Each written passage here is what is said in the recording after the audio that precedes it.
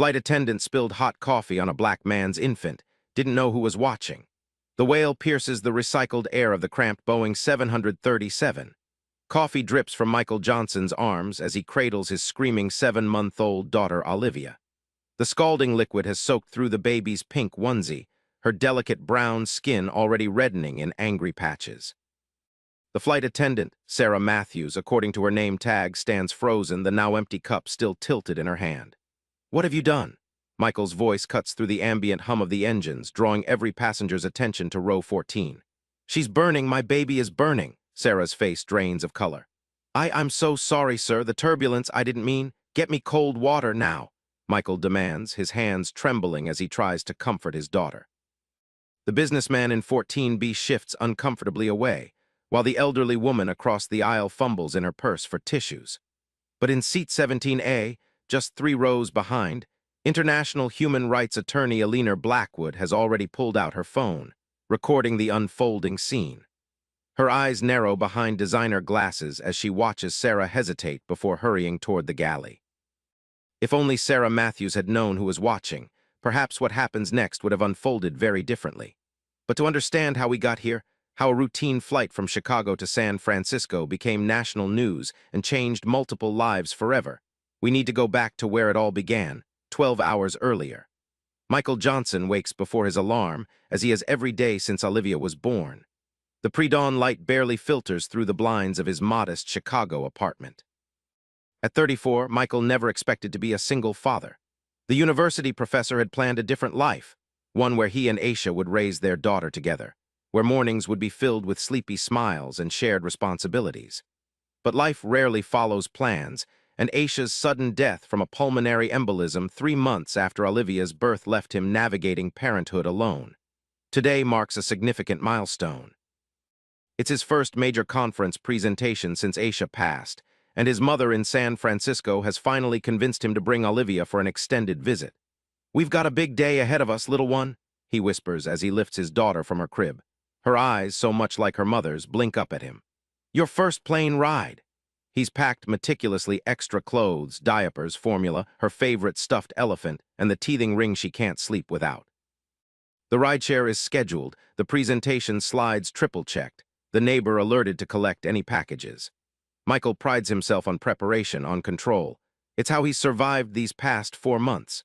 If you want to see how this all unfolds for Michael and his daughter, keep watching. Their journey is just beginning, and what happens at 30,000 feet will change more lives than they could imagine. Across town, in a gleaming high-rise apartment with floor-to-ceiling windows overlooking Lake Michigan, Sarah Matthews performs her pre-flight ritual. 29 years old with 10 years of flight attendant experience, Sarah moves through her apartment with practiced efficiency. Her uniform navy blue dress with a crisp white collar, red scarf tied just so hangs ready. Her blonde hair is already secured in a regulation bun, not a strand out of place. Sarah's phone buzzes with a text from her boyfriend, Kyle. "Good luck with the meeting after your flight. You've got this." The reminder sends a flutter of anxiety through her chest. Today isn't just another workday. After landing in San Francisco, she has a meeting with the airline's regional manager. After a decade of serving drinks and demonstrating oxygen masks, Sarah is interviewing for a supervisory position. It's the first step toward the management career she's always wanted, a chance to finally use her business degree for something beyond calculating drink orders. Her roommate, Jen, emerges from her bedroom in pajamas, coffee mug in hand. "Big day, huh?" Sarah nods, checking her reflection one last time. "Everything has to go perfectly. No delays, no difficult passengers, nothing that could make me late for that meeting." "You worry too much," Jen yawns. "When's the last time you had a truly terrible flight?" Sarah allows herself a small smile. "Don't jinx me." What Sarah doesn't realize is that today will test everything she thinks she knows about herself, about her career, about the person she believes herself to be. Meanwhile, in a penthouse suite at the Four Seasons, Alina Blackwood reviews case notes while her room service breakfast grows cold. At 52, Alina has built her reputation as one of the country's most formidable civil rights attorneys. The daughter of a prominent judge and a civil rights activist, Alina was raised to recognize injustice and, more importantly, to act on it. Her phone rings, her assistant, reminding her of her flight to San Francisco for the American Bar Association conference where she's delivering the keynote address. "The car will be here in 30 minutes, her assistant says. "And don't forget, you're sitting on the panel about social media's role in modern civil rights cases." Alina sighs. "How could I forget? The moderator has only emailed me 17 times this week." What she doesn't tell her assistant is how exhausted she feels. 25 years of fighting battles in courtrooms and on social media have taken their toll. The constant travel, the death threats, the knowledge that for every case she wins, dozens more go unfought. Sometimes she wonders if any of it makes a difference. "I'll be ready," she says instead, ending the call. Alina doesn't know it yet, but by this time tomorrow, a chance encounter on Flight 1382 will reignite something in her that she thought she'd lost years ago. The departures area of O'Hare International Airport pulses with its usual chaotic energy. Michael navigates through the crowd with Olivia strapped to his chest, her diaper bag and his briefcase weighing down his shoulders. Every few steps he checks his watch. The security line is longer than expected, and his careful morning schedule is already slipping. "First time flying with the little one?" The TSA agent smiles as Michael struggles to remove his shoes while keeping Olivia from grabbing at his glasses. "Is it that obvious?" Michael manages a tired smile. "You're doing great, Dad. Just remember to breathe." The simple kindness nearly undoes him. Since Aisha died, these small human connections have become lifelines, brief moments when the weight of solo parenting doesn't feel quite so crushing. By the time Michael reaches the gate, boarding has already begun. He joins the line for priority boarding, one advantage of traveling with an infant, and scans the waiting area. His gaze falls on a striking woman in a tailored suit, her silver-streaked hair pulled back in an elegant knot. Something about her seems familiar, but he can't place her. Sarah stands at the gate, greeting passengers with her professional smile firmly in place. This is her element, the perfect blend of efficiency and warmth that has earned her consistent high ratings from passengers and supervisors alike. She notices the young father with the baby carrier and automatically makes a mental note to check if he needs warm water for formula during the flight. Then she spots Alina Blackwood. Sarah recognizes her immediately from news coverage of her recent high-profile discrimination case against a major hotel chain. For a moment, Sarah feels a flutter of excitement. It's not every day a celebrity, even one of Alina's specific type, is on her flight. Then she remembers her supervisor's warning. VIPs expect the same discreet service as any other first-class passenger. No autograph requests, no special attention. As boarding continues, the weather report comes in. Turbulence expected for the first hour of the flight. Sarah sighs internally. Turbulence means delayed beverage service, which means rushed service afterward to keep on schedule, which increases the chances of mistakes. On today of all days, she needs everything to go smoothly. If only she knew what was coming. Where are you watching from? Leave a comment below to join our community of storytellers and truth seekers. Flight 1382 fills steadily. Michael secures his window seat in row 14, carefully maneuvering Olivia out of her carrier. The middle seat remains empty, a small mercy, while a businessman in his 60s takes the aisle seat, offering a curt nod before returning to his phone. Alina settles into her first-class seat, declining the pre-departure beverage with a polite smile. She opens her laptop, intending to review her keynote one last time, but instead finds herself staring at a blank email she started to her ex-husband last night. 5 years divorced, and still, certain triggers bring Thomas to mind, like flying to San Francisco, where they first met at a law conference similar to the one she's attending now. Delete. This is not the time for nostalgia. The captain's voice crackles over the intercom, welcoming passengers and warning of expected turbulence. Sarah and her colleagues demonstrate the safety procedures with choreographed precision. As Sarah gestures toward the emergency exits, she notices the baby in row 14 watching her, wide-eyed, and can't help but smile. The father catches her eye and returns the smile gratefully.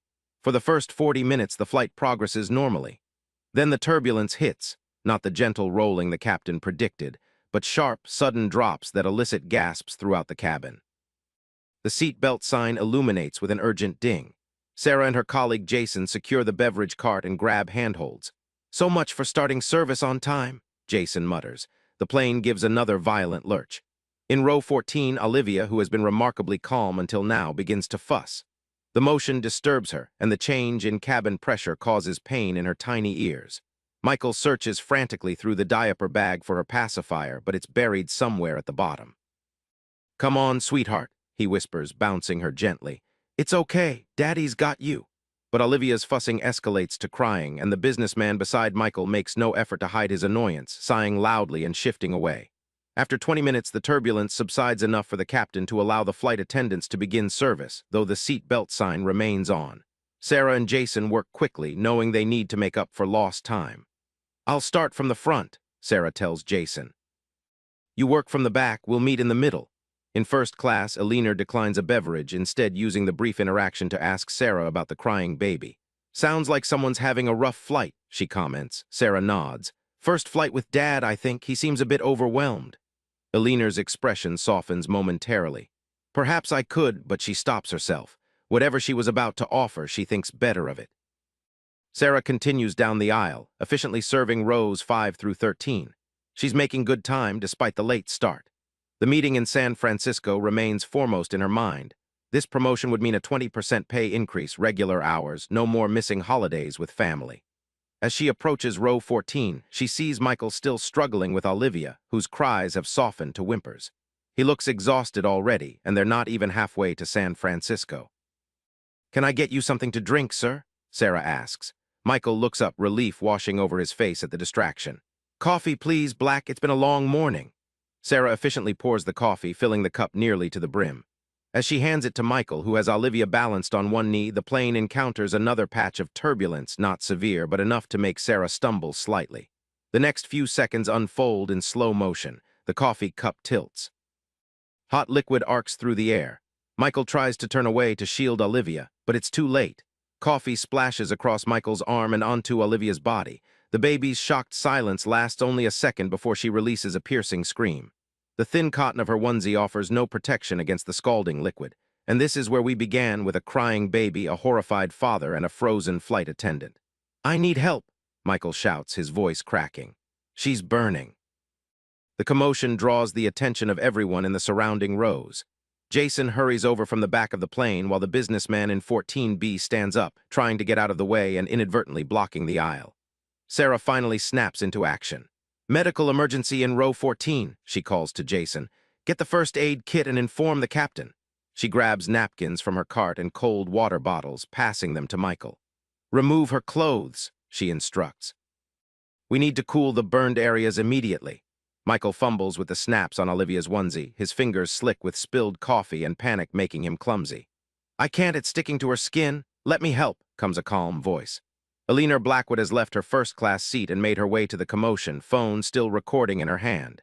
She sets the phone on the armrest, screen facing the scene, and reaches for the baby. "I'm a mother. I've handled burns before."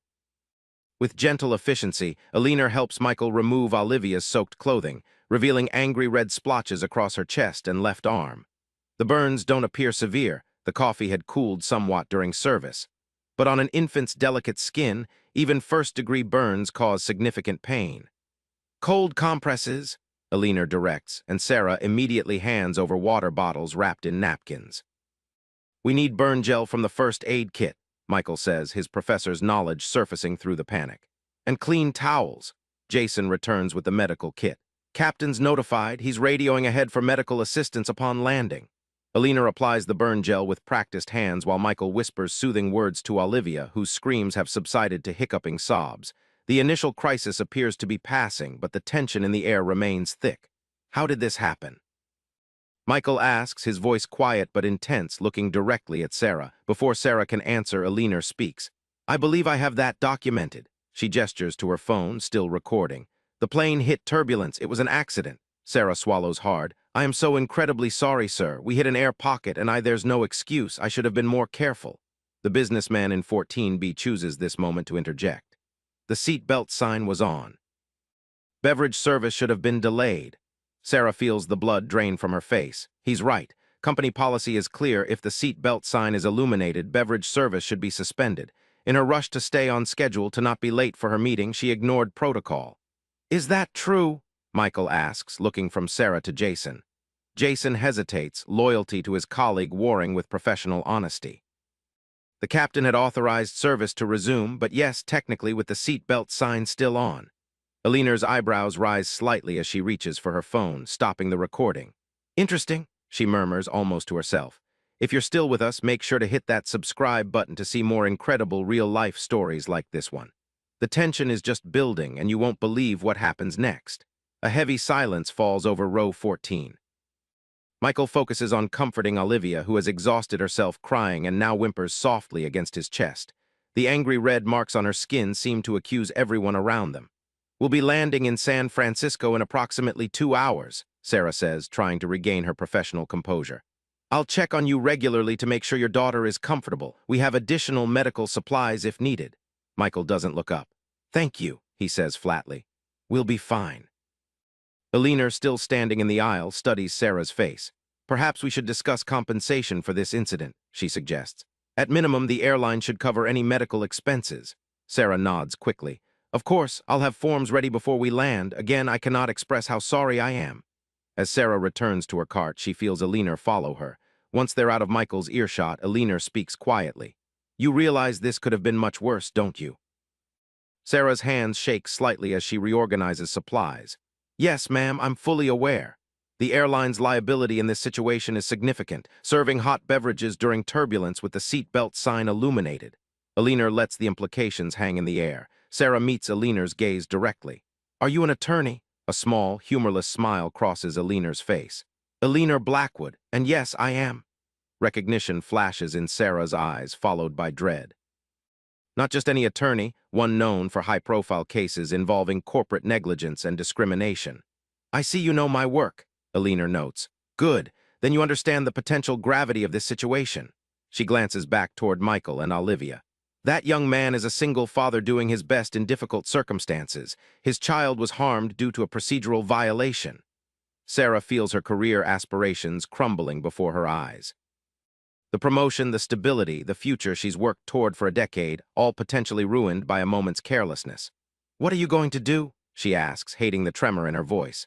Eleanor considers her for a long moment.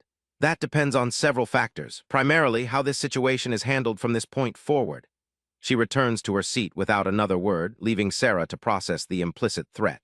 In first class, Eleanor reviews the video she captured. The footage clearly shows Sarah serving coffee during turbulence, the sudden jolt of the plane, and the accident that followed. It also shows Sarah's initial frozen reaction and Michael's distress. Compelling evidence should it be needed. But as she watches it again, Eleanor notices something she missed in the moment: the fear in Sarah's eyes, not just concern for the baby or worry about her job, but a deeper, more visceral fear that seems disproportionate to the situation. Eleanor has built her career on recognizing the nuances of human behavior, on seeing beyond the obvious to the underlying truths. Something about Sarah's reaction nags at her. She switches her phone off, leaning back in her seat with a frown. In row 14, Michael gently applies more burn gel to Olivia's reddened skin. The businessman beside him has retreated behind noise-canceling headphones, clearly wanting no further involvement in the drama. Across the aisle, an elderly woman leans over.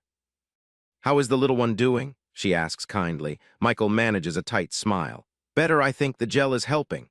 "I raised 4 children myself," the woman says. "Accidents happen even when we're being careful. That flight attendant looks absolutely devastated." Michael's jaw tightens. "She should have been more careful. This is my daughter we're talking about." The woman nods sympathetically. "Of course, every parent feels that way. I just meant," she hesitates. "Sometimes in these situations, it helps to remember we're all human." Michael doesn't respond, but her words linger as he watches Olivia's eyelids grow heavy. Despite the pain and chaos, she's falling asleep in the safety of her father's arms. He thinks of Aisha, of how she always found room for compassion even in her anger. "Life's too short to hold grudges," she would say, "but long enough to fight for what's right." The question now is, what's right in this situation? As Olivia sleeps, Michael carefully shifts her to a more comfortable position. His gaze drifts to the back of the plane, where Sarah efficiently serves the remaining passengers.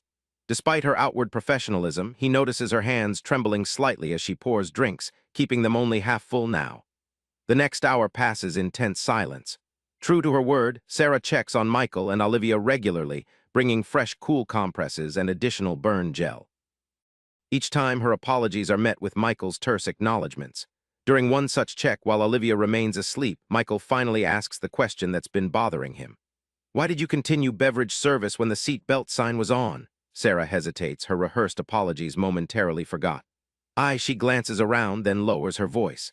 "I have a job interview after we land, a promotion. I was worried about staying on schedule, about making a good impression." She straightens. But that's no excuse. I made a terrible mistake and your daughter paid the price. The honesty surprises Michael. He'd expected corporate deflection, not personal accountability. A promotion, huh? He says. I'm guessing that's not happening now. Sarah's smile is pained. Probably not, but that's the least of what I deserve. Before Michael can respond, Jason appears with a stack of forms. Sir, these are incident report forms and preliminary medical expense reimbursement documents. If you could fill them out before we land. Michael takes the forms, but his attention remains on Sarah as she returns to her duties. There's something in her demeanor that doesn't match his initial impression of careless negligence, a vulnerability at odds with the narrative forming in his mind. In first class, Alina has spent the past hour engaged in an internal debate. The video on her phone could launch a significant case against the airline, not just for this incident, but potentially as evidence of broader safety protocol violations. Such cases are her specialty, after all. The media attention would be considerable, especially given the racial dynamics at play, a white flight attendant's negligence harming a black child. But something holds her back from her usual decisive action. Perhaps it's the fatigue she's been feeling lately, or perhaps it's the nagging sense that there's more to this situation than meets the eye. When Sarah passes through first class with the beverage cart, Alina signals her over. "How is the child doing?" she asks. "Better," Sarah replies. "The burns appear to be minor, primarily first degree with possibly a small second-degree area on her chest. The father is handling it well, all things considered." Alina nods. "And how are you doing?" The question catches Sarah off guard. I'm fine, just concerned for the baby." "Are you?" Alina studies her face. "You seem unusually distressed, even accounting for the circumstances." Sarah glances around to ensure no other passengers are listening.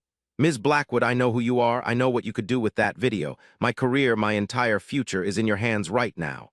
"That's quite a burden to place on a stranger," Alina remarks. "I haven't decided what, if anything, to do with the recording." "What would help you decide?" Sarah asks bluntly. Alina considers this. "Transparency, tell me why you're really so afraid right now." Sarah's professional mask slips, revealing raw anxiety beneath. "This isn't just about a promotion, it's about survival. I have medical bills, my mother's cancer treatments. Without this job, without the insurance." She stops, collecting herself. "But that doesn't excuse what happened. I know that." Alina absorbs this information silently, her expression unreadable. "Thank you for your honesty," she finally says. "That will be all for now." As Sarah continues down the aisle, Alina opens her laptop and begins typing quickly, the germ of an idea forming. Before you see how this ends, make sure you're subscribed to our channel for more powerful real-life stories that will keep you on the edge of your seat. The captain announces their initial descent into San Francisco. Flight attendants move through the cabin, collecting trash and preparing for landing. The atmosphere has shifted subtly, the drama in row 14 now common knowledge throughout the plane, with passengers stealing curious glances at Michael and Olivia. Sarah approaches row 14 for her final check before landing. Olivia is awake now, quieter than before but still occasionally whimpering. The angry red marks on her skin have begun to fade slightly, though several areas still look painful. "We'll have medical personnel meet the flight," Sarah informs Michael. "They'll be able to properly assess her burns and provide treatment." Michael nods, then hesitates. "Look, I appreciate your attention since the incident, but I need to be clear, I still intend to file a formal complaint with the airline." "I understand," Sarah says quietly. "I would do the same in your position." As she turns to go, Michael adds, "I heard what you said earlier about your mother. I'm sorry you're going through that." Sarah pauses, surprised by the unexpected empathy. "Thank you, but please don't let that influence your actions. What happened to your daughter was inexcusable, regardless of my personal circumstances." From 3 rows back, Alina watches this exchange with interest. Throughout her career, she has developed an instinct for authenticity, for distinguishing genuine remorse from damage control. Sarah's responses strike her as the former. As the plane begins its final approach, Alina makes her decision. She transfers the video file from her phone to her laptop, attaches it to an email along with a brief message, and sends it just before the announcement to put away all electronic devices. The landing is smooth, the taxi to the gate efficient. As promised, medical personnel are waiting in the jet bridge. Michael carries Olivia off the plane first, escorted by Jason to where 2 paramedics wait with a pediatric kit. Alina lingers in first class, deliberately taking her time gathering her belongings. When most passengers have deplaned, she approaches Sarah, who is completing final cabin checks with mechanical precision, her mind clearly elsewhere. "Ms. Matthews," Alina says, A moment of your time. Sarah straightens, bracing herself. Yes, Ms. Blackwood. Alina hands her a business card. I've sent the video to myself and deleted it from my phone. What happens next depends on the airline's response to this incident. If Mr. Johnson decides to pursue legal action, he may contact me, and if he does, I'll assess the case on its merits. Sarah stares at the card. I don't understand. Are you saying you won't be pursuing a case against the airline? Against me? I'm saying that not every mistake, even serious ones, requires litigation, Alina replies. Sometimes accountability and proper remediation are sufficient. The airline has protocols for a reason passenger safety should never be compromised for the sake of efficiency or schedules. She steps closer, lowering her voice. That said, I recognize the difference between negligence and human error under pressure. I've made my share of mistakes in high-stress situations. She gestures toward the gate. Your supervisor is waiting. I suggest you be completely honest about what happened. In my experience, attempted cover-ups always make matters worse. With that, Alina collects her carry-on and exits the plane, leaving Sarah staring after her, the business card clutched in her trembling hand. In the terminal, Michael sits with Olivia on an examination table as a paramedic gently applies more advanced burn treatments. The baby's cries have subsided to occasional whimpers, her exhaustion evident. These are primarily first-degree burns, the paramedic explains. There's a small area on her chest that might be second-degree, but it's minimal.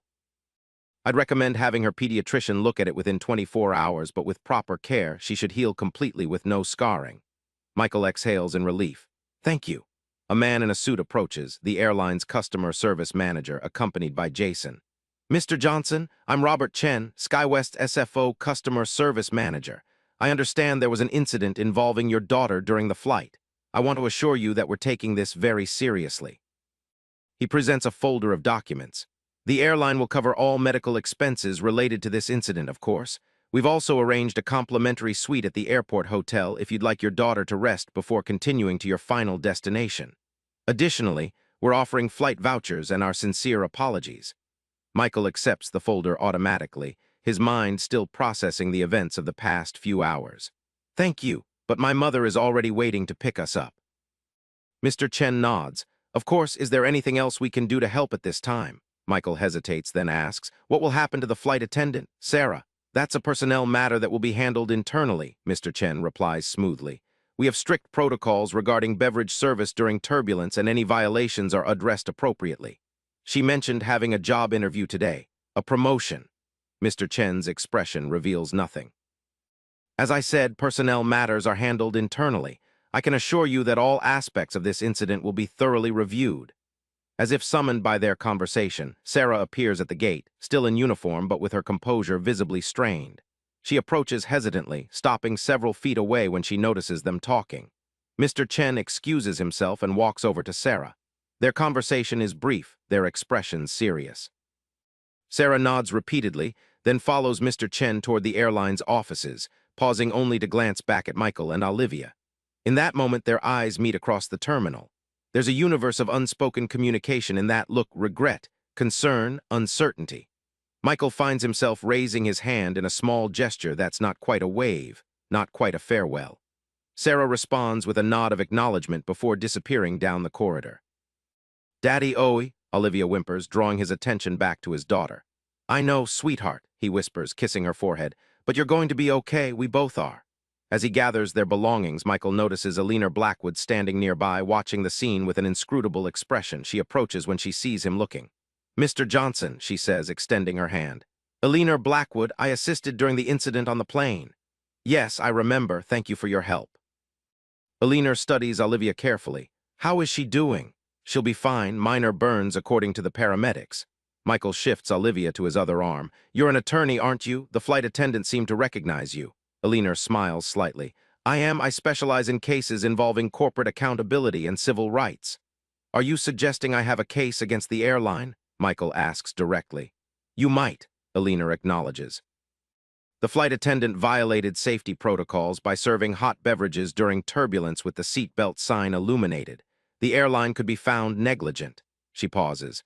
However, litigation is a lengthy, often painful process. Your daughter has received prompt medical attention, and the airline appears willing to cover all expenses. Michael considers this. What would you do if you were in my position? Eleanor takes a moment before answering. I've built my career fighting corporations that prioritize profit over people's safety and dignity. But I've also learned that not every error requires a lawsuit to achieve justice. She hands him her card. If you decide to pursue legal action, call me. But first, take care of your daughter and yourself. Some wounds need time more than they need litigation. With a nod of farewell, Eleanor continues toward the exit, her rolling suitcase trailing behind her. Michael watches her go, then looks down at Olivia, who has finally fallen asleep against his chest, her face peaceful despite the eventful day. In his pocket, he feels the weight of 2 business cards, Eleanor's and the airline manager's, representing 2 possible paths forward. Where are you watching from? 3 weeks later, Sarah Matthews sits in a small cafe near the airport, nervously checking her watch. The past 21 days have been the most stressful of her career, multiple meetings with airline management, a formal review of the incident, and the constant uncertainty about her future with the company. The disciplinary process resulted in a 2-week suspension without pay and a permanent note in her file, but not termination, an outcome far better than she had feared. Her application for the promotion was withdrawn, of course, but at least she still has her job and the health insurance her mother desperately needs. The cafe door opens, and Michael Johnson enters, scanning the room until he spots her. He's alone, no baby carrier, no diaper bag. He looks different out of the crisis context, more composed, though the shadows under his eyes suggest parenting a 7-month-old still takes its toll. "Thank you for meeting me," Sarah says as he slides into the seat across from her. "I wasn't sure you would." "I almost didn't," Michael admits, "but I thought we should talk person to person outside the corporate framework." Sarah nods. "How's Olivia?" "Fully recovered, no scarring according to her pediatrician." He pulls out his phone, showing a photo of Olivia laughing in a baby swing, no trace of the burns visible on her beaming face.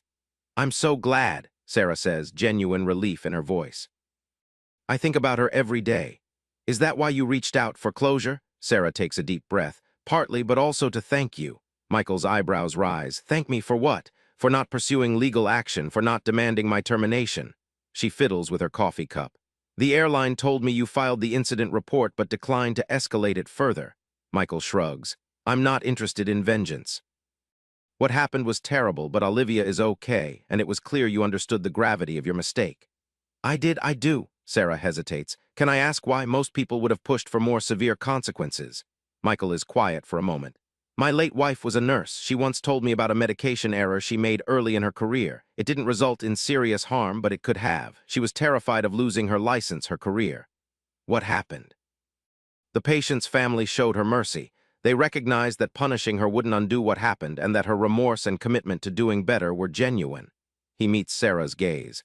"Aisha never made that mistake again. In fact, she became an advocate for system improvements to prevent similar errors. Sometimes people need accountability without destruction." Sarah absorbs this. "I won't forget either. I've already volunteered to help revise our training materials regarding beverage service during turbulence." They sit in companionable silence for a moment, the air between them clearing of its former tension. "There's something else," Sarah says finally. "Ms. Blackwood, the attorney who was on our flight, she reached out to me last week." Michael looks surprised. "What did she want?" "She's developing a training program for corporations on crisis management and accountability. She asked if I would consider sharing my experience as a case study."